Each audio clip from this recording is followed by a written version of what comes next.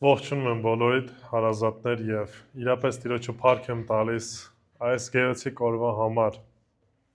Ինչի համար է այս օրը գեղեցիկ։ Որովհետեւ Տերն է ստեղծել, որովհետեւ Տերը եւս մեկ առիթ է տվել ապրել եւ ծառայելու իր համար։ Բոլոր նրանք, ովքեր որ Քրիստոսինը չեն, ամեն մի օրն էլ որոշ առումով հոգս է, մեծ մասամբ։ Ինչի եմ այս արտահայտությունն անում, որովհետև հա ուրախ օրեր կան եւ այլն, բայց վերջնական արդյունքում ամեն ինչի ավարտը ի՞նչն է։ Հոգս, ոչ մի բան պարապ անցկացնելու ժամանակ։ Հիշեք ամենաուրախ օրը, ամենաուրախ միջոցառմանը, որ մասնակցել եք։ Երբ որ այդ միջոցառումից դուրս եք եկել, լավ մի քանի րոպե եւս որոշակի ինչ-որ ազդեցություն է անում, բայց այդ ամեն ինչը ինչ է, ժամանակավոր է, անցողիկ է։ Սողոմոն իմաստունը, երբ որ հասավ իր թագավորության գագաթնակետին Տիրոջ շնորհքով, երկրագնդից վրա ապրած ամենահարուստ մարդն էր։ Պատկերացեք գրված է, որ իր ժամանակում արծաթը ոչ մի բան էր համարվում, այսինքն դրսում արծաթը կարծես փոշու նման թափված էր։ Տաճարը իր տունը ողջ ոսկե զոծ էր։ Բանակի նկարագրությունն է տալիս եւ այլն, եւ այս ամեն ինչի հետ մեկտեղ նաեւ Տերը տվել էր իրեն իմաստություն։ Ամենաիմաստուն մարդ էր ամբողջ երկրագնդով, մեկ տարբեր երկրներից մարդիկ էին գալի, որպեսզի Սողոմոնի իմաստությունը լսեին։ Բայց Սողոմոնը իր իմաստության այդ գագաթնակետին, հարստության գագաթնակետին գալիս է մի պարզ ճշմարտության։ Եվ ժողովող գրքում հետևյալ արտահայտությունն է ասում. ունայնության ամեն բան ունայն է։ Ունայնություն նշանակում է փոշի, դատարկություն։ Հիմա կարաք ասեք, դե չէ, Սողոմոնի վաղտի ինչ կար, որ հիմա ժամանակակից մեքենաներ կա, հեռախոսներ կա եւ այլն։ Հավատացնում եմ ձեզ, այն ամեն ինչ որ Սողոմոնն ունեցել է, որևիցե մեկը իր կյանքի ընթացքում չի ունեցել։ Ասում է սրտից ցանկացածը փորձել եմ։ Այն աստիճան ծայրեղությանը հասել, որ նույնիսկ 1000 կին է ունեցել, պատկերացնում եք, դա մարդիկ կմտածեն, ասեն, այս ինչ թիվ է։ Բայց սա այն է, ինչին որ ուղղակի ինքը իր սիրտը դրել է, որպեսզի փորձի ամեն բան։ Եվ այդ ամեն ինչի արդյունքը հետևյալն էր՝ դատարկություն։ Եթե առանց Տիրոջ մեր կյանքն ապրում ենք, այդ ամեն ինչը դատարկություն է։ Պարապ ժամանակի վատնում, հոգսեր, մեծ հաշվով։ Տերն է, որ մեր կյանքին իմաստ է տալիս։ Մնացածը իրականում անկեղծ եմ ասում, դուք ինքներդ ձեր կյանքին նայեք։ Վստահ եմ, դուք ինքներդ էլ գալիս է պապ, որ ասում եք, լավ, ինչի համար եմ ապրում։ Լավ, ո՞րն է այս ամեն ինչի նպատակը։ Չգիտեմ, ծնողներն ապրում են իրենց երեխեքի համար, պապի, տատիները մեր թոռների համար եւ այլն, բայց լավ, մեծ հաշվով։ Այդ երեխաները մեծանում, թոռները մեծանում, անցնում, գնում են ու չես էլ իմանում, ինչպիսի երեխա վերջի վերջո կլինի, ինչպես պատասխան կտա այդ քո ջանքին, ինչպիսի թոռ կլինի եւ այլն, բայց արդյոք մարդու կյանքը միայն սերունդ տալն է եւ սերունդ մեծացնելն է։ Եթե միայն դրա մասին է խոսքը գնում, կներեք ինչով ենք տարբերվում կենդանիներից։ Ոչ մի բանով, շատ լիքը կենդանիներ կան, որ իրանց կյանքի նպատակն է դա բազմանալ, շատացնել իրենց, ասենց ասած, երեխաներին կամ ձագերին եւ այլն։ Բայց հոգեվոր կյանքը ստանում է իմաստ Քրիստոսով։ Դրա համար եմ ասում, որ գեղեցիկ օր է, տերունական օր է։ Հարության օրն է, որ մենք հիշում ենք ու միասին ուզում ենք Տիրոջը պաշտել։ Որպես հոգեվորներ, որպես քրիստոնյաներ, մենք անընդհատ հիմնականում բեմից երկու հիմնական բան եք լսելու։ Երկու բան, որի մեջ մենք կանչված ենք անդադ հարատևելու, աճելու։ Դա առաջինը Աստծո խոսքի ընթերցանությունն է, իր խոսքի մեջ խորանալն է, մանրանալն է, ամեն մի դետալը Աստված ճանաչողության մեջ աճելը, եւ մի փոքր այսօր արմենակ եղբայրս, երբ որ կարդում էր Սաղմոսից, դա օգնում է մեզ, որպեսզի մենք մեր սրբության կյանքով ապրենք, աճենք։ Երկրորդ բանը, որ մենք անդադ կրկնում ենք, դա ինչն է։ Խոսքը կարդալ եւ աղոթել, շատ լավ։ Սա երկու բան է, որը որ մենք անդադար քարոզում ենք եւ շարունակելու ենք քարոզել։ Նոր բան չկա իրականում։ Եվ այսօր մենք խոսելու ենք, որ ծառայության շարժիչ ուժը հենց նույնպես աղոթքն է։ Եթե ուզում եք ձեր կյանքի մեջ, ձեր ծառայության մեջ պտուղ ունենալ, պետք է հիշեք մի բան։ Առանց աղոթքի ոչ մի բան չենք կարող անել։ Առանց աղոթքի անհնարին է։ Պողոս Արաքյանն ասում է, առանց Տիրոջ ես ոչինչ չեմ կարող անել։ Կապ չունի քանի տարի եք եկեղեցում, կապ չունի քանի անգամ եք Աստվածաշունչը կարդացել, ինչ համալսարաններ եք ավարտել, ինչ կյանքի փորձառություն ունեք։ Եթե Տերը այդ ծառայության մեջ ձեզ չառաջնորդի, եթե Տերը այդ ծառայությունը չորտնի, ինչ ուզում եք արեք, պարապ ժամանակ է լինելու։ Դե համար մեր փափագն է, մեր ցանկությունն է, որ ծառայության մեջ ինչ անենք, աղոթքով այդ ամեն ինչը հանձնենք Տիրոջը եւ ցույց տանք, որ մենք լիարժեք կախվածություն ունենք ումից Աստծուց։ Աստծուց ունենք այդ կախվածությունը։ Եվ Պողոս Արաքյալը, եթե հիշեք, մենք անցած անգամ երբ որ խոսում ենք, որ Աստված է մարդկության պատմության հեղինակը, Աստված է, որ փրկում է մեզ, ինքն է, որ մեզ տանում է դեպի փրկություն, եւ այդ ժամանակ այս ամեն ինչը Պողոս Արաքյալն ասելով ինչ է ուզում անել, որպեսզի եկեղեցին կենտրոնանա աղոթքի վրա։ Հասկանալով, որ ամեն բան կախված է Տիրոջից, ուրեմն ինչ անենք, աղոթենք, աղոթքի մեջ լինենք։ Մինչև կանցնեմ բուն հատվածի ուսումնասիրությանը, մի մարդու մասին եմ ուզում պատմել։ Այդ մարդը Ջորջ Մյուլերն էր։ 19-րդ դարում Անգլիայում եւ բավականին հայտնի մարդ էր, ով որ ուներ աղոթքի կյանք։ Նա հիմնել էր հազարավոր որբ երեխաների համար տասնյակ որբանոցներ։ Բայց գիտեք ինչ սկզբունք ուներ։ Երբեք որևիցե մեկից ֆինանս կամ որևիցե այլ կարիքի համար մարդուն չի դիմել։ Այլ միայն այդ ամեն ինչը ինչ էր անում, աղոթքով բարձրացնում էր առ Աստված։ Մի պատմություն կա գրված, որ մի առավոտ պատկերացեք որբանոցում երեխաները նստած էին սեղանի շուրջ ու սեղանին դրված էին մենակ սպասք, այսինքն ափսեները, բաժակները եւ այլն, բայց սնունդ չկար։ Ու այդ ժամանակ Մյուլերը հետեւյալ խոսքն է ասում է երեխաներ, Աստված գիտի մեր կարիքը, եկեք շնորհակալություն հայտնենք նրան այն կերակրի համար, որը նա դեռ պիտի տա մեզ։ Երբ որ միասին աղոթում են, աղոթքից հետո մի քանի րոպե անց դուռը թակում են որբանոցի եւ հացթուխը բերում է հացը ասելով, որ Աստված սրտից դրել էր, որ այսօրը այն ինչ որ թխելու եմ ամբողջությամբ պետք է նվիրեմ որբանոցին։ Քիչ անց մի կատնավաճառ սայլը անցնելով այդտեղից, սայլի ակն է կոտրվում եւ որպեսի չփչանա կաթը, ամբողջ կաթը նվիրում է նորից որբանոցին։ Ու պատկերացրեք Մյուլերը իր օրակարգում գրեց ավելի քան 50,000 պատասխանված աղոթք։ Ինքը ուներ օրագիր, որտեղ որ իր աղոթքներն էր ներկայացնում եւ դրանից հետո երբ որ Տերը պատասխանում էր, իր օրագրի մեջ 50,000-ից ավել Աստծուց եկած պատասխաններն է գրի առնում։ Նրա հայտնի խոսքերից մեկը հետևյալն է, նա ասում էր. աղոթքը փոխում է ոչ թե Աստծուն, այլ այն փոխում է մարդուն, ով աղոթում է։ Այսինքն, երբ որ մենք աղոթում ենք, դա լիարժեք ցույց է տալիս մեր կախվածությունը Աստծուց։ Եվ մարդիկ կան պատմության ընթացքում տարբեր շրջանում, ովքեր որ այս հասկացողության մեջ շատ ամուր էին կարճած։ Եվ մեզ համար լավագույն օրինակն է Տեր Հիսուս Քրիստոս, ով որ երբ որ ազատ ժամանակ էր ունենում, ինչ էր անում, առանձնանում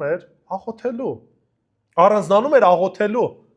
Նույնը տեսնում ենք նաև առաքյալների կյանքում։ Առաքյալ լինելով, Տեր Հիսուս Քրիստոսից սովորած լինելով, կարգված լինելով, որպես առաքյալներ իրենք անդադար աղոթքի մեջ էին։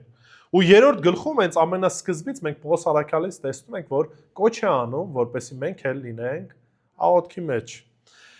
Միասին ընթերցելու ենք 2 Թեսաղոնիկեցիս 3 գլուխ 1-5 համարները, 2 Թեսաղոնիկեցիս 3 1-5, Բայց կխնդրեմ ոտքի կանգնենք, միասին ոտքի կանգնած ընթերցենք Աստծո խոսքը։ Երկրորդ Թեսաղոնիկեցիս նամակը, 3-րդ գլուխ, 1-ից 5 համարները։ Այսուհետև եղբայրներ, մեզ համար աղոթեք, որպեսզի Տիրոջ խոսքը տարածվի ու ամեն տեղ փառավորվի, ինչպես ձեզ մոտ, եւ որպեսզի անօրեն եւ չար մարդկանցից ազատվենք, որովհետեւ ոչ բոլորը հավատ ունեն, բայց Տերը հավատարիմ է, նա ձեզ կհաստատի եւ կպահի չարից, Տիրոջ վստահությունն ունենք ձեզ վրա, որ այնինչ ձեզ պատվիրեցինք, անում եք ու կանեք։ Իսկ Տերը թող ձեր սրտերը ուղղի դեպի Աստծո սերը ու Քրիստոսի համբերությունը։ Ամեն։ Աղոթենք։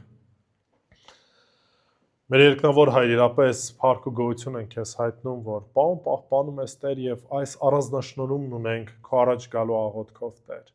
Սա առանձնաշնորհում է, որովհետեւ մինչև Տեր Հիսուս քո խաչվելը որևիցե մեկը իրավունք չուներ քո առաջ գալու, այլ միայն քահանապետ այն էլ տարին մեկ անգամ Տեր Աստված։ Բայց Քրիստոսի միջոցով հիմա միջնորդ ունենալով քո որդուն հնարավորություն ունենք քո առաջ գալու մեր աղոթներով Տեր Աստված։ Եվ այո, այս մեծ առանձնաշնորհման միջոցով է, որ կարող ենք մեր բոլոր հոգսերը, դժվարությունները, խնդիրները, մեր սրտի եղածը քո առաջ բերել իմանալով, որ Տեր դու քո բարի պատասխանը տալու ես Տեր։ Ուստի աղոթում եմ ով Հայր, որ օգնես այս խոսքից շրջանակում մտորենք եւ այն ամեն ինչ որ ցանկանում ես մեր հոգիներին հայտնել, մեզ հայտնել Տեր Աստված, դու խոսիր մեզ հետ, փոխիր մեր կյանքը եւ օգնի որ Տեր աղոթքի կյանքով ապրենք Տեր Աստված, որպեսզի քեզ փառավորենք ամեն վայրկյանում, ամեն պահին Տեր, որպեսզի դու մեծարվես, որպեսզի քո սուրբ անունը փառավորվի։ Ու այս ամեն ինչ աղոթում ենք Հիսուս, քո սուրբ ու պատվական անունով, ամեն։ Նստեք խնդրեմ։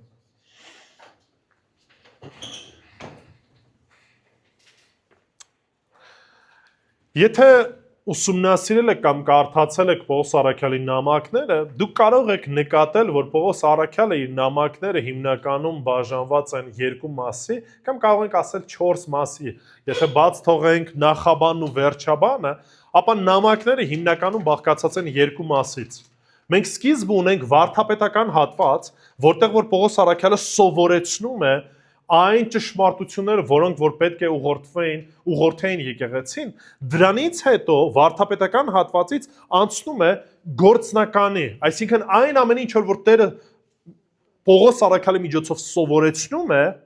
այդ ամենը արդեն գործնականում մեր կյանքում ինչ պետք է լիներ, մեր կյանքին պետք է իրականություն դառնար։ Երրորդ գլուխը արդեն երկրորդ Թեսաղոնիկեցիս նամակից Պողոս Առաքյալը ուսուցումից անցնում է արդեն գործնական քայլերին։ Եվ մինչև որ կանցնի որոշակի հանդիմանությանը, սա առաջ Աստված կտեսնենք մյուս կիրակիներին, որ եկեղեցում որոշակի խնդիրներ կային։ Պողոս Առաքյալը ուզում է որ հիշեցնե, որ եկեղեցին լիարժեք կախված է Աստծուց եւ պարտավոր է աղոթքի մեջ անդադար լինել։ Եվ հիշեցնում է, որ ծառայությունը առաջ է գնում Աստծո զորությամբ։ Ուստի Աստծո ժողովուրդը պետք է ապրի շարունակական ինչի մեջ, աղոթքի մեջ, շարունակական կախվածության մեջ Աստծուց։ Ու այստեղ կտեսնենք 4 ուղղություն, որ Պողոս Առաքյալը տալիս է։ 4 ուղղություն, որ մենք որպես եկեղեցի կանչված ենք անդադար աղոթելու։ Առաջինը աղոթեք, որպեսզի Աստծո խոսքը արագ տարածվի, կամ այլ կերպ ասած, որպեսզի Աստծո արքայությունը տարածվի, տարածում գտնի։ Առաջի համարը եւս մեկ անգամ կարդանք։ Ասում է այսուհետև եղբայրներ, մեզ համար ինչ արեք, աղոթեք։ Մեզ համար աղոթեք։ Շարունակությունը դեռևս կկարդամ, բայց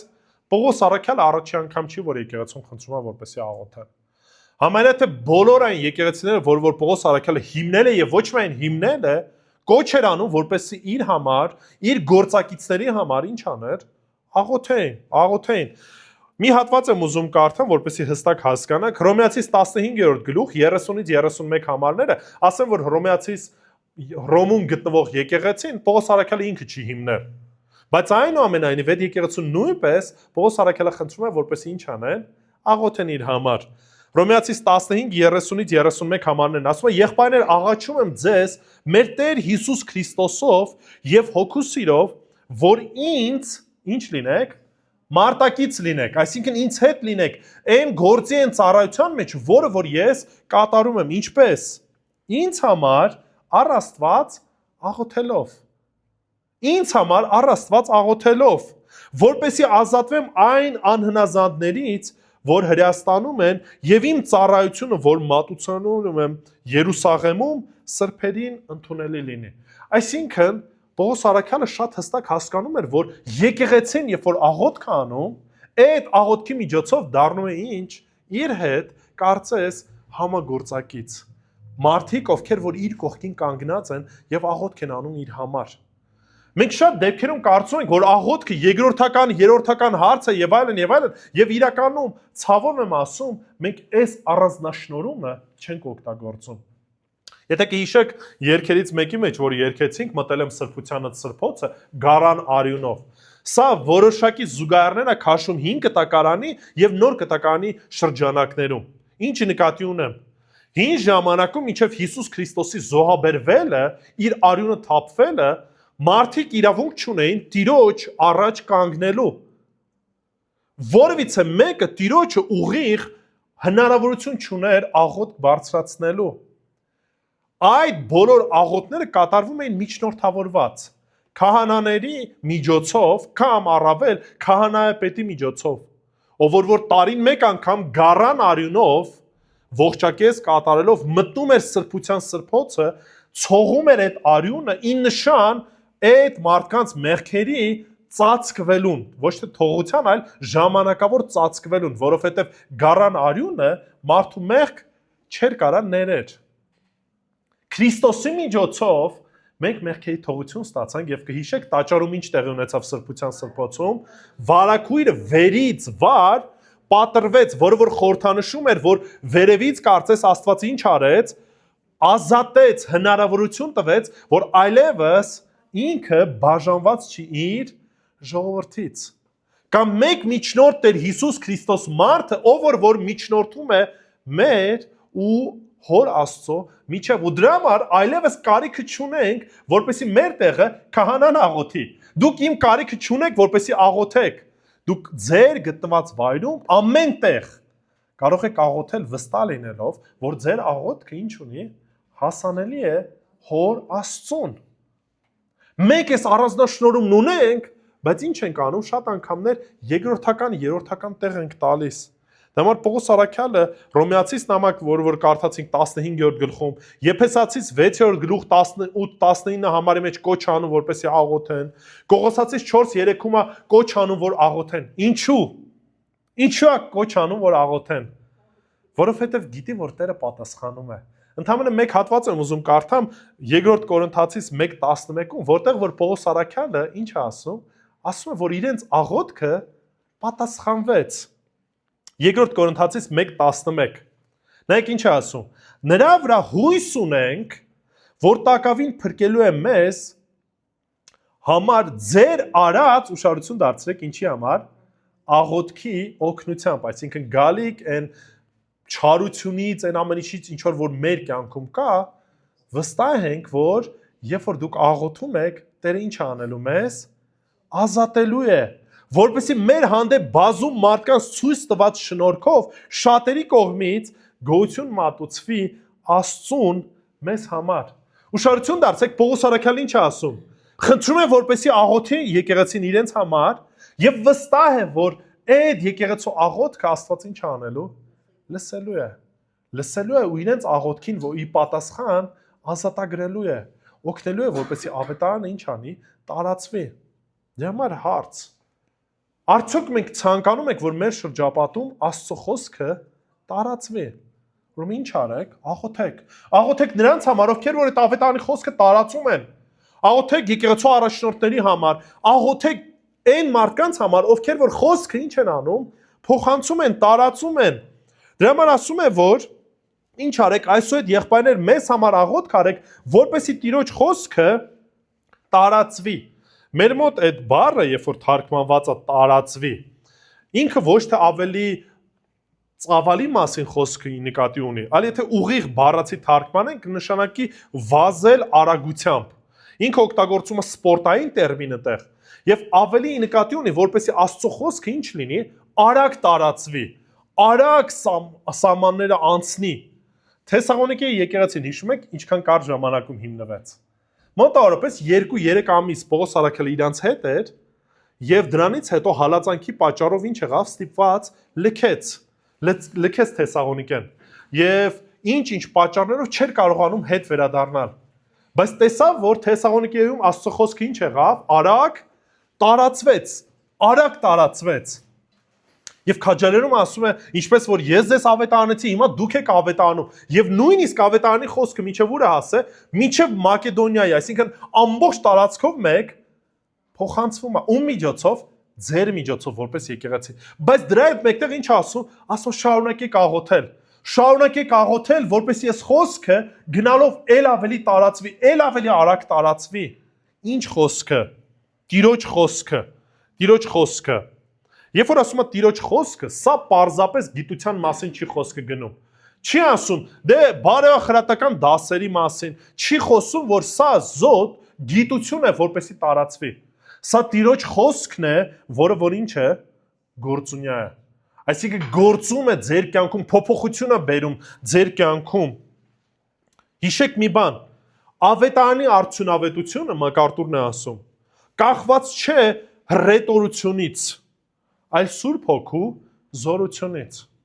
Այսինքն կարևոր չի տվյալ մարդը հռետորական հմտություններ ունի թե չունի,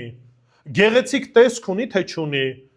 բառը դիկցիան հարմար է, հարմար չէ, որոշ առումով մարդկանց հասկանալի է թե հասկանալի չէ, սրա մասին չի խոսքը գնում։ Եթե Տիրոջ խոսքն է, Տիրոջ խոսքը ազդեցություն է ունենում Սուրբ Հոգու միջոցով։ Ես ձեզանից մեկին կյանքը չեմ կարող փոխեմ։ Ինչքան էլ ուզեմ, ինչքան էլ ցանկանամ, ինչքան էլ երազեմ, ես անձամբ ձեր կյանքը չեմ կարող փոխեմ։ Ես իմ կյանքը սկի չեմ կարող փոխեմ, որ մնաց ձեր կյանքը կարողանամ փոխեմ։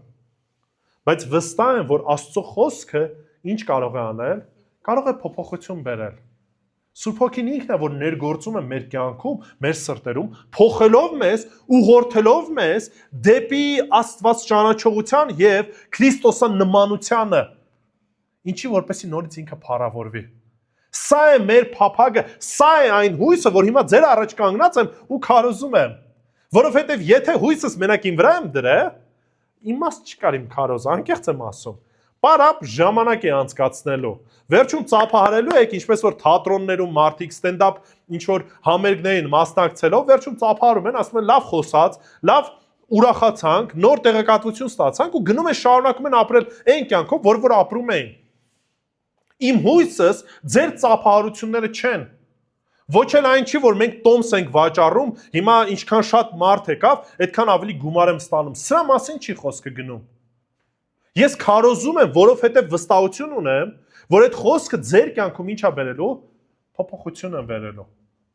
Բայց այս խոսքի շրջանակում Տերը կոչ է անում, որպեսզի աղոթեք, որպեսզի Սուրբ Հոգին գործի մեր շրջանակներում, որպեսզի Աստծո խոսքը ինչ անի, արագ տարածվի։ Ավետարանը չպետք է կանգ առնի, այլ պետք է առաջ վազի, պետք է հաղթարեն սահմանները, որոնք որ այս 4 պատերն են։ Մեր ավետարանի քարոզությունը չպետք է ավարտվի այստեղ։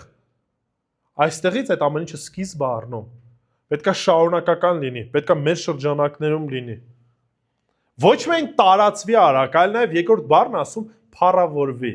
Ինչը փառավորվի։ Աստծո խոսքը։ Աստծո խոսքը ընդհանրապես ուղիղ համատական է Աստծու, որովհետև բխել է Աստծուց։ Եթե կհիշեք, նույնիսկ Հովանու ավետարանում, Հովանու 1:1-ում ասում է սկզբում էր խոսքը, խոսքն Աստծո մոտ էր եւ խոսքը Աստված էր կամ աստվածային էր, ավելի եթե հունարեն քերականության ուշադրություն դարձնենք, բայց հիմա դրան շատ չեմ անդրադառնալու, բայց այնուամենայնիվ ուշադրություն դարձեք հետեւյալը։ Ասում է Պողոս առաքելը, որպես այդ խոսքը փառավորվի։ Ինչ է նշանակում խոսքը փառավորվի։ Երբ որ եկեղեցին տեսնում է, որ այդ խոսքի քարոզությունը իր պտուղն է բերում,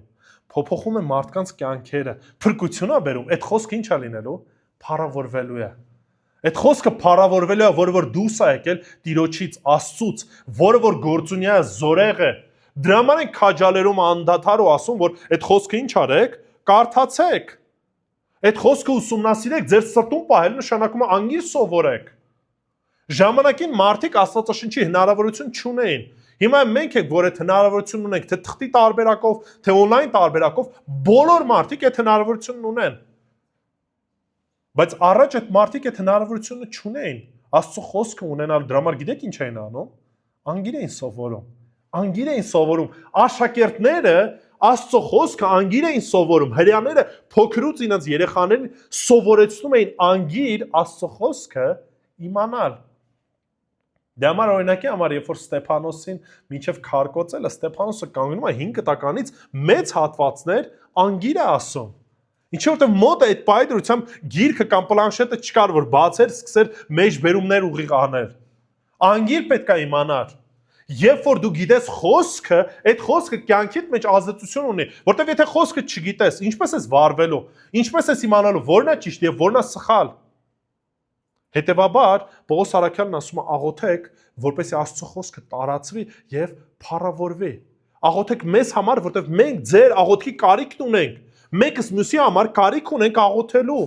Տերն է, որ պատասխանում է այդ աղոթքին եւ իր գործն է առաջ բերում։ Երբ որ մենք խոսում ենք նախասահմանությունից, նախասահմանությունը չի դուրս թողում մարդկային գործոնը, մարդկային ծառայությունը, մարդկային պատասխանատվությունը։ Հակառակը Աստված գործում է հենց այն շրջանակում, որով որ ինքը սահմանել է։ Ինչպես։ Ձեր աղոթքի պատասխան, ավետարանի քարոզչությանի պատասխան, այո, այդ ամեն ինչը Տիրոջ ծրագրի մեջ էր, բայց մենք մեր պատասխանատվության շրջանակն ունենք։ Եթե ես չաղոթեմ, եթե ես ավետարանը չտարածեմ, դրանով այո, Տիրոջ գործը չի կանգնելու։ Ես եմ դուրս մնալու այն ծառայությունից, այն օրհնությունից, որը որ Տերը պատրաստել էր։ Ես չեմ լինելու հավատարիմ։ Դրա համար մենք որպես եկեղեցի կանչված ենք ինչ անելու,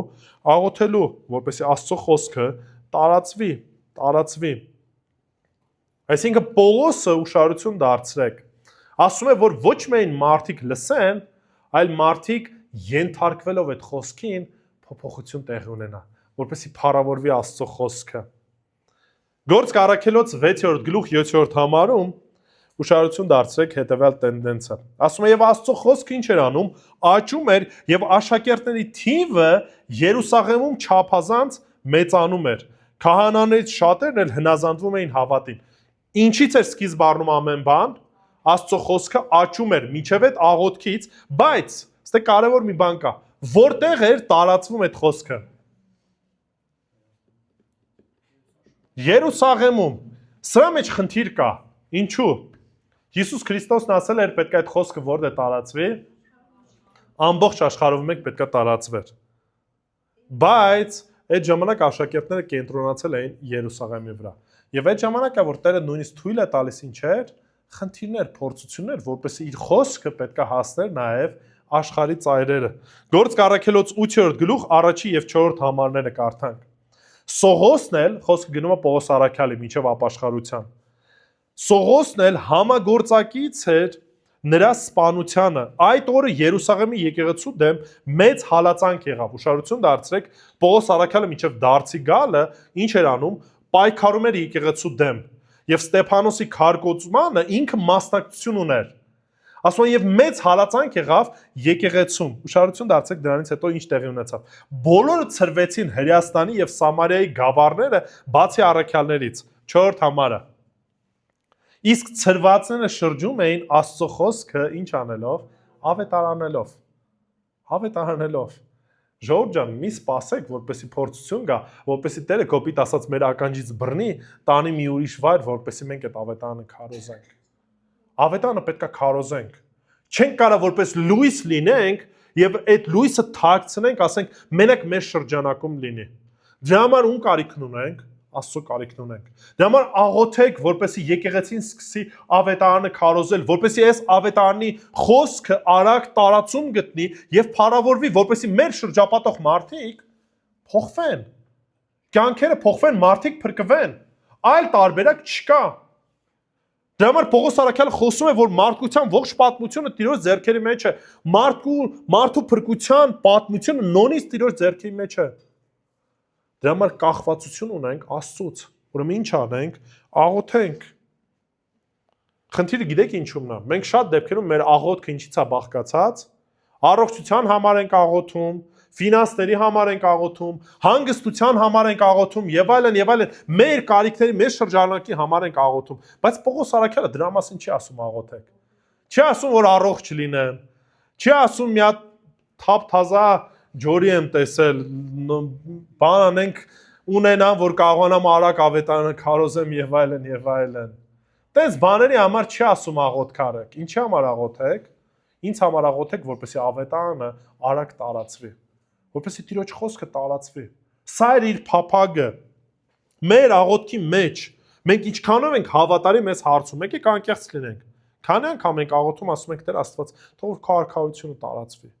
թող որ քո խոսքը տարածվի, թող որ իմ հարևանները, իմ հարազատները, իմ շրջապատում խոսքը տարածվի եւ փառավորվի։ Սա մի աղոթքի թեմա է, որ նորից Պողոս Արաքյալը կոչ է անում։ Երկրորդը Պողոս Արաքյալը կոչ է անում, որ աղոթենք, որպեսզի Աստված ազատի իր ծառաներին հակառակորդներից։ Պողոս Արաքյալը շարունակում է 3-րդ գլուխ 2-րդ համարը։ Եվ ասում է, եւ որպեսզի ուշադրություն դարձեք անօրեն ու չար մարդկանցից ազատվենք, որովհետեւ ոչ բոլորը հավատ ունեն։ Հիմա նայեք, Պողոս Արաքյալի նպատակը նորից եսասիրական չի։ Իր անձի մասին չի մտածում, այն տրամաբանության, որ եթե չար մարդ կա կամ անօրեն մարդ կա, իրենը անձնական վնաս տալու։ Սրա մասին չի խնդիրը։ Ինչի մասին է խնդիրը, որն է իր գերագույն նպատակը։ Որպեսզի ավետարանը տարածվի, որպեսզի ավետարանը արագ տարածվի, Տերը նաև աղոթում է, որպեսզի Աստված հեռացնի այդ խոչընդոտներին, որոնք որ մարդկանց տեսքով էին գալի։ Գործ Առաքելոց ովքեր որ կարդացել են կտեսնեք, ուր որ Պողոսը գնում էր, հետևից փարիսեցիները գնում էին ու խժդժություն էին առաջացնում, որպեսզի Պողոսը չշարունակեր քարոզել, որպեսզի ավետարանը չտարածվեր։ Եվ սատանայի փափագն էլ է սա, որպեսզի ավետարանը տարածվի, թե ինչ լինի։ Կանգ առնի, չտարածվի։ Դա համար Պողոս Արաքյալը նաև աղոթք անում, որ համ արագ տարածվի, համ նաև Տերը հեռացնի ինչը, բոլոր խոչընդոտները։ Սա իրականությունն է ծառայության մեջ։ Պողոսը չի պատկերացնում ծառայությունը իդեալական պայմաններում։ Ոչ մի խոչընդոտ չկա, ոչ մի խնդիր չկա, սիրուն սենյակ ենք, օթորակիչը միացրած է, ամեն ինչ հարմարավետ է, ոչ մեկ մեզ հեթանոս չի համարում, բոլորն էլ հերթով շարված են ավետարանը լսելու, ապաշխարելու։ Պողոս Արաքյալը հասկանում է, որ դա տենց չի։ Գործնական կյանքում ինքը շատ հստակ այդ ամեն ինչը տեսել է։ Նա ինչ է ասում, որ կա ընդդիմություն եւ այդ ընդդիմությունը լինելու է, որ կա չարություն, այդ չարությունը մեր շրջապատում է, որ կա անհավատություն, որի հետևանքն է չարությունն ու անօրենությունը։ Անօրեն մարդիկ, սա պարզապես վատ մարդիկ չեն, այսինքն մի պատկերացեք, եթե Պողոս Արաքյալն ասում է անօրեն մարդկանցից, մարդիկ չեն, որոնք որ զուտ չար են էությամբ, չէ։ Մարդիկ են, ովքեր որ Աստծո օրենքն են ինչ անում, մերժում են Աստծուն, ընդդիմանում են ավետարանի նկատմամբ, երբեմն ակտիվորեն նաև ինչ են անում, հալածում են։ Ես մի հատված եմ ուզում կարդամ 2-րդ Տիմոթեոս 4-րդ գլուխ 14-ից 17 համարները, որպեսզի պատկերացնենք Պողոսի կյանքը։ 2-րդ Տիմոթեոս 4-րդ գլուխ 14-ից 17։ Ուշադրություն դարձեք ինչ ասում, ասում է Ալեքսանդրոս Դարփինը ինչ շատ չարիք պատճառեց։ Թող Տերը նրան ըստ իր գործերի հատուցի։ Դու էլ նրանից զգուշացիր, որովհետև նա չափազանց հակառակվեց մեր խոսքերին։ Ատյանում առաջի լսման ժամանակ ոչ ոք իմ կողքը չկանգնեց, այլ բոլորը ինձ թողեցին, թող դա մեղք չհամարվի նրանց։ Բայց Տերը ինձ ինչ եղավ, նեցուկ եղավ ու զորացրեց, որպեսզի իմ միջոցով ուշադրություն դարձրեք, ինչ լինի, քարոզչությունը հաստատվի ու բոլոր հեթանոսները լսեն եւ ես այրուծի բերանից ազատվեցի։ Պողոս Արաքյալն ասում է, թեև հալածանք կա, խնդիրներ կա մարդկանց կողմից, այնուամենայնիվ Տերը ինչ եղավ, նեցուկ եղավ, կանգնացրեց։ Նպատակը այն չէր, որ ես վախենում եի այդ հալածանքից։ Նպատակը որն էր, որպեսզի քարոզչությունը հաստատվեր, Որպեսի հեթանոսները այդ ճշմարտությունը ինչ անեին, լսեին, սա էր իր ծառայության կենտրոնական նպատակը։ Երկրորդ Կորինթացիս 11-րդ գլուխ 24-ից 26 համարներ։ Պողոս առաքյալը նորից նկարագրում է իր ծառայությունը ու հալածանքները։ Հրեաներից 5 անգամ 40-ից 1 պակաս հարված եմ ընդունել։ Խոսքը գնում է մտրակով ծեծ ուտելուն։ Վստահ եմ Հիսուս ֆիլմը տեսել եք։ Ինչ ասում է 5 անգամ մտրակվել եմ, 3 անգամ խարազանվել եմ, այսինքն ավելի փայտով կամ այլ չոր նյութով, եւ 1 անգամ քարկոծվել, գործք առաքելոցում կարդում եք այդ քարկոծվելը, այն աստիճան, որ ասում եմ մեռած էր, ու շատ աստվածաբանները նույնիսկ հավատում էին, որ Պողոսը մահացած էր եւ Տերը նորից իրեն հարություն է տալիս, կյանք է տալիս։ Ինչի, որտեվ այն ժամանակ այդ քարկոծողները լավ մասնագետ էին, երբ արդեն մարդը մեռած, երբ մեռած չի։ Շարունակության մեջ ինչ է ասում։ 3 անգամ նավաբեկության եմ ենթարկվել։ Մի ցերեկ ու գիշեր ծովի անդունդի մեջ եմ մնացել։ Հիմա 26 համարը։ Բազմաթիվ ճանապարհորդություններ, վտանգներ գետից, վտանգներ ավազակներից, վտանգներ ումերից, ազգականներից, վտանգներ հեթանոսներից, վտանգներ քաղաքում, վտանգներ անապատում, վտանգներ ծովում, վտանգներ նաև սուտ եղբայրներից։ Ոչ միայն բնության հետ կապված, ոչ միայն եզև ասած չար չակերտավոր մարդկանցից, ովքեր որ այդ ամեն ինչը ցույց են տալի, այլ նաև վտանգներ սուտ եղբայրներից, ովքեր որ ներկայանում են որպես քրիստոնյա, ներկայանում են որպես փրկված, բայց չեն։ Այս ամեն ինչի միջով Պողոս առաքյալն անցնում էր։ Մենք մեր կյանքում այդ ամեն ինչի միջով անցնում ենք, թե ոչ։ Իրականում եթե համեմատենք, անհամեմատելի է ժողովուրդ։ Այն ամեն ինչը ինչ որ մենք ունենք, աշակերտները կերազեին ունենային։ Ես անկեղծ եմ ասում։ Այն ժամանակ մարդիկ եթե 2 հագուստ ունենային, սա շքեղություն էր համարվում։ Դուք ինքներդ հարցրեք, քանի հագուստ ունեք։ Հասկանում եք, ես դրա համար, երբ որ մեկ-մեկ մենք սկսում ենք փնփնթալ, երբ որ մենք սկսում ենք նեղվել, ես այս սրա կարիքն ունեմ, այն նրա կարիքն ունեմ, Պողոս առաքյալը սենց բաների մասին չի աղոթում։ Ասում աղոթեք, որպեսզի ավետարանը տարածվի, երկրորդ աղոթեք, որպեսզի խոչընդոտներ չլինեն այդ ավետարանի տարածման համար։ Այս պայդրությամբ այդ խոչընդոտները մարդկային տեսքով էին, ինչի որտեղ մարդիկ կային, ովքեր որ հալածում էին եւ չէին ցանկանում, որ ավետարանը տարածվեր։ Իսկ մենք ինչ ենք աղոթում, մեր ուշք ու միտքը ի՞նչն է։ Հերոստացույցը, մեքենան, չգիտեմ, այս ինչ հագուստը, տունս, ուտելիքս եւ այլն, ու այս ամեն ինչը պտտվում է շատ այդ նյութականի շուրջը։ Բայց Պողոս առաքյալը դրա մասին չի ասում աղոթեք։ Աղոթեք, որպեսզի ավետարանը տարածվի, աղոթեք, որպեսզի այն ինչ որ կատարվում է մեր շուրջը, այդ իրականության մեջ ապրենք։ Իսկ մեր շուրջը ինչ է կատարվում։ Մարդիկ ինչ են, անհավատ են։ Մարդիկ անհավատ են եւ սա է այդ իրականությունը։ Սա շատ սթափեցնող հայտարարություն է, ժողովուրդ։ Պողոսը չի նորից ռոմանտիզացնում, չի ասում, դե մենք հրեաներս ընտրյալ ազգ ենք, բոլորս էլ ճշմարտությունը գիտենք, բոլորս էլ Աստծուն հավատում ենք։ Այս գիտեք ովքեր են ասում, հայերն են ասում, դե բոլորս էլ քրիստոնյա ենք, բոլորս էլ Աստծուն հավատում ենք եւ այլն եւ այլն։ Նա ինչ է ասում։ Ավետարանը միշտ չի որ ընդունվելու է, ու մեծ ամասամբ ինչ է լինելու հենց մերժվելու է։ Ձեզ հարց տամ, Հայաստանում քանի տոկոսն է ճշմարիտ հավատացյալ։ Չնչին տոկոս է, ժողովուրդ։ Մի հավատացեք այն մարդկանց, ովքեր որ ասում են Հայաստանը, հայերս քրիստոնյա ազգ ենք եւ այլն եւ այլն։ Ազգ որպես հավատացյալ կամ քրիստոնյա չի լինում։ Անհատներն են, ովքեր որ հավատում են։ Իսկ եթե տոկոսային հարաբերությամբ նայենք, շատ չնչին տոկոս է։ Ես նույնիսկ վախենում եմ թիվ ասեմ։ Չգիտեմ 3% հավատացյալ կգտնվի, թե չէ, ճշմարիտ հավատացյալ։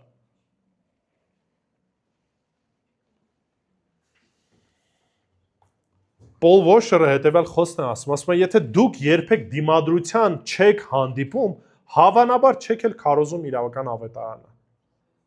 Չեք էլ ապրում այդ իրական ավետարանով։ Եթե ձեր կյանքում հալածանք, խնդիր, հակառակություն չկա, դժվարություն չկա, մնացած մարդկանց նման եք ապրում, ուրեմն ոչ գուցե ավետարանն եք քարոզում, կամ ոչ էլ ավետարանով ապրում եք։ Որովհետև չի կարա մեկը ավետարանը քարոզող լինի, ակտիվ քարոզող։ Չի կարա մեկը ավետարանով ապրող լինի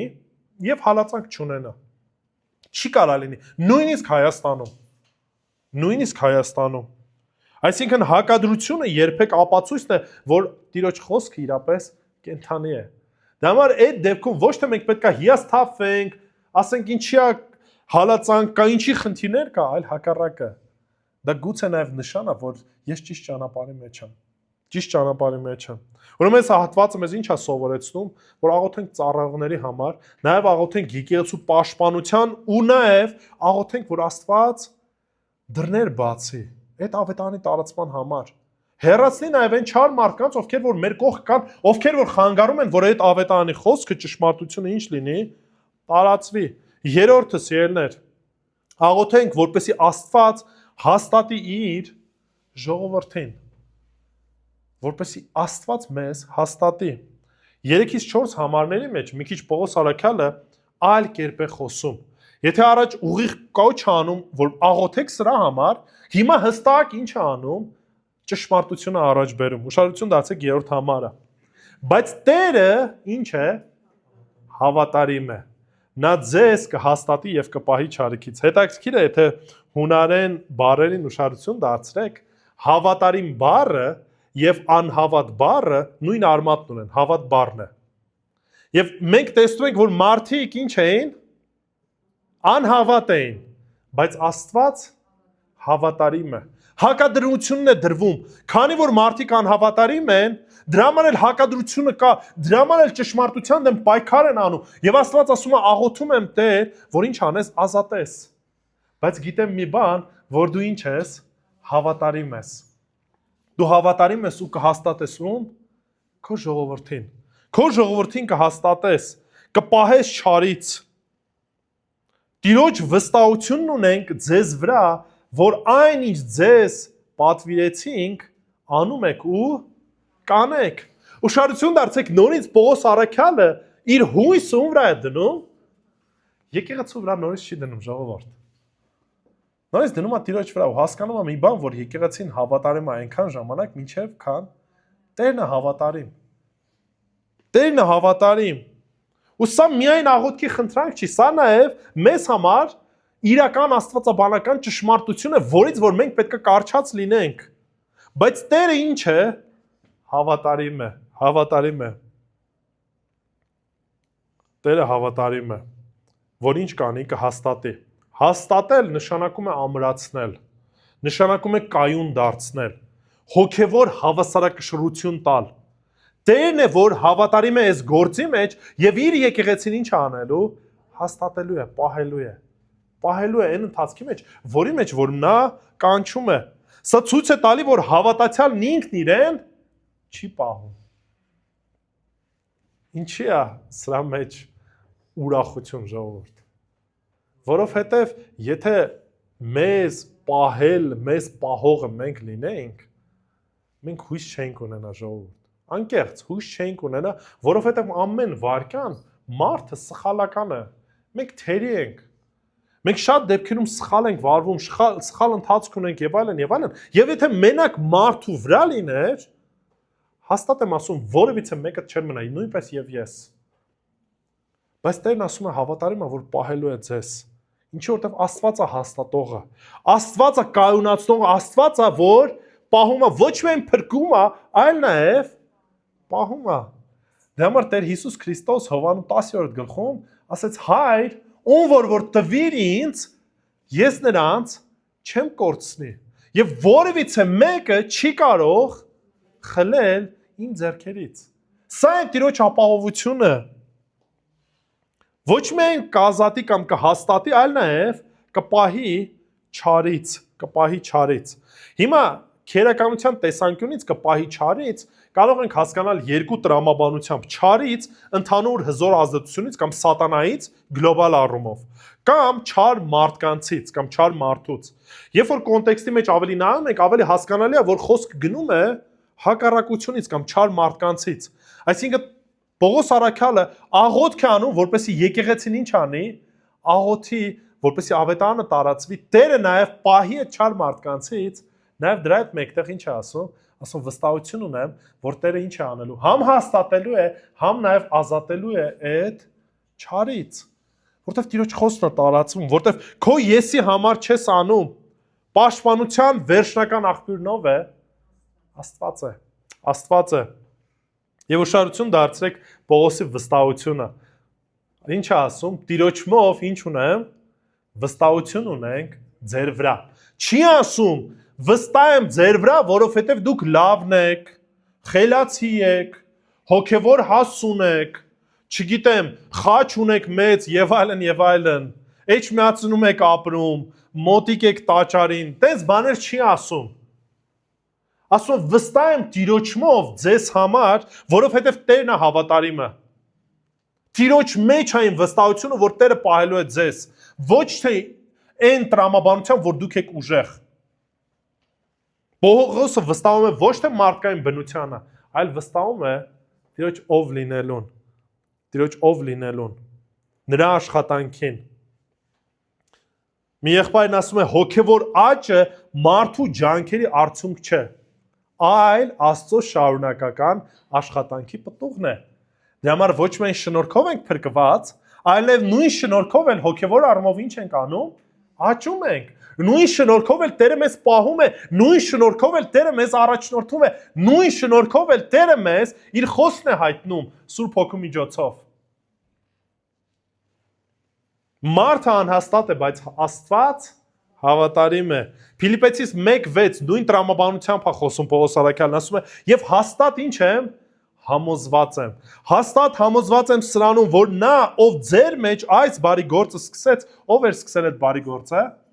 Աստված։ Ավարտին կհասցնի մինչև Հիսուս Քրիստոսի օրը։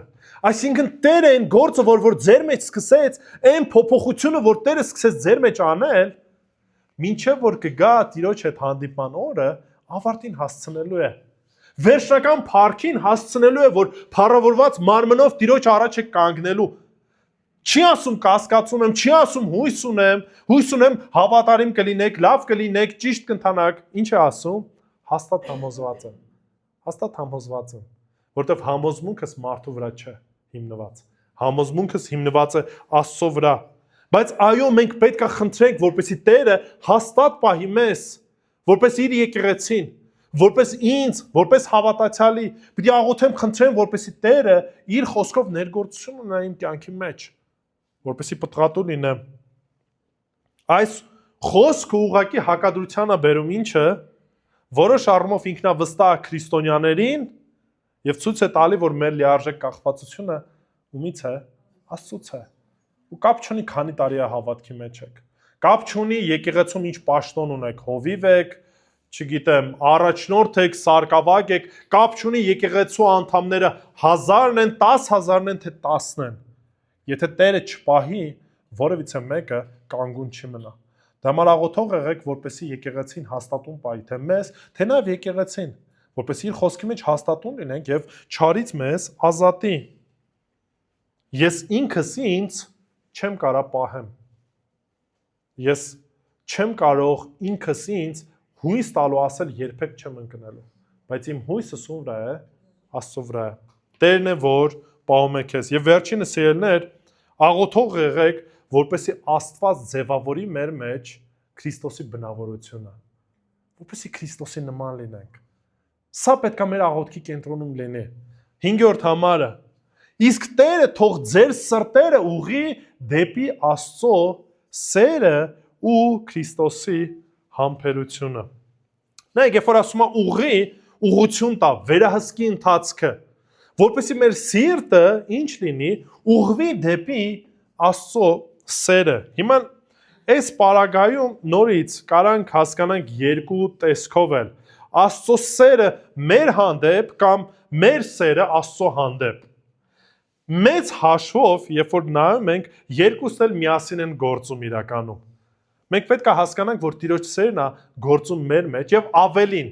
Մենք սիրելու կարողություն ունենք, որովհետև Աստված այդ սերը մեր մեջ դրել։ Հռոմեացիս 6-րդ գլխում ենք տեսնում, որ ասում է Աստված իր սերը Սուրբ Հոգու միջոցով սփռեց ձեր սրտերում։ Մինչև այդ մենք սիրելու որևիցե կարողություն չունեինք։ Նախ եւ առաջ Աստված սիրեց եւ իր սերն էլ տվեց, որպեսզի մենք էլ կարողություն ունենանք ինչ անելու, սիրելու։ Դրա համար ասում է, որ աղոթեք, որպեսզի Աստված ձեզ տանի դեպի այդ սերը։ Հասկանաք ու նմանվեք Քրիստոսին, այնպես ինչպես որ Քրիստոսն էր սիրում, դուք էլ նույն կերպով սիրեք։ Քրիստոնեական կյանքը չի սկսվում պարտականությունից, այլ Աստծո սիրո ճշմարտությունից կամ ճաշակումից։ Դրա համար Աստծո խոսքն ասում է ինչ, ճաշակեք ու տեսեք, որ Աստծո խոսքը քաղցր է, Տերը քաղցր է։ Այդ քաղցրությունը մենք տեսնում ենք Տիրոջ սիրո նկատմամբ։ Ինչպես Աստծո սերը արտահայտվեց։ Այսօր երկեցինք էլ, չէ՞, որ իր որդուն տվեց։ Իր որդուն տվեց, որ ով որ հավատա կփրկվի։ Սա էր սիրո գագաթնակետը, որ հայրը իր որդուն տվեց, գիտեք ում համար, թշնամիների համար։ Նրանց համար, ովքեր որ խաչում էին Քրիստոսին։ Ոչ թե բարեկամների, ոչ թե հարազատների, այլ նրանց համար, ովքեր որ թշնամի են, ինչի որտեղ ժամանակին մենք էլ թշնամի ենք, մենք էլ հակառակորդ ենք։ Եվ երկրորդը, ինչ է ասում, Քրիստոսի կամ Աստծո սերը ու Քրիստոսի ինչը համբերությունը։ Համբերությունը ինչ նկատի ունի։ Տարապ կամ պարմքի մեջ տոկալու կարողությունը, հակադրության մեջ չկոտրվելու այդ կարողությունը, երկարատև հավատարմությունը։ Հիսուսին ամեն կերպով ինչ արեցին, փորձեցին կոտրել։ Սատանան փորձեց, մարդիկ փորձեցին, Քրիստոս երբեք մեղքին չտրվեց։ Ուշադրություն դարձրեք։ Գիտեք, մեր համար շատ դեպքերում հեշտ է լինում այն առումով, որ երբ որ գայթակղությունը գալիս է, լինում են պահեր, որ մենք հեշտությամբ ինչ ենք անում, տրվում ենք այդ գայթակղությանը, հանձնվում ենք, այդ մեղքը գործում ենք։ Քրիստոս երբեք այդ մեղքը չգործեց։ Կատարելապես մաքուր եղավ, սուրբ եղավ ամեն առումով։ Եվ ասում է հիմա այդ հալածանքին դիմացավ, խաչի ժամանակ աղոթում էր, ասում էր, Հայր, ների նրանց, որովհետև չգիտեն, թե ինչ են անում։ Դրա համար Պողոս Արաքյանն ասում է, աղոթեք, որպեսզի Տերը մեզ այդ սերը տա, այդ մեր ցանկությունը, մեր փափագը լինի նմանվելու այդ Տիրոջը տված սիրուն, եւ երկրորդը, որպեսզի այդ համբերությունն ունենանք դիմակայելու։ Ես մի քանի անգամ կրկնել եմ այս արտահայտությունը, մարդու ով լինելը երևում այն ժամանակ, երբ որ այդ մարդուն ճզմում ես։ Սպունգը, հայերեն ասած գուբկան, որ մտցնում եք ջրի մեջ, ինքը այդ ջրով ներծծվում է։ Ու եթե այդ սպունգը ինչ եք անում, ճզմում եք, ինչն է դուրս գալի, ջուրն է դուրս գալի։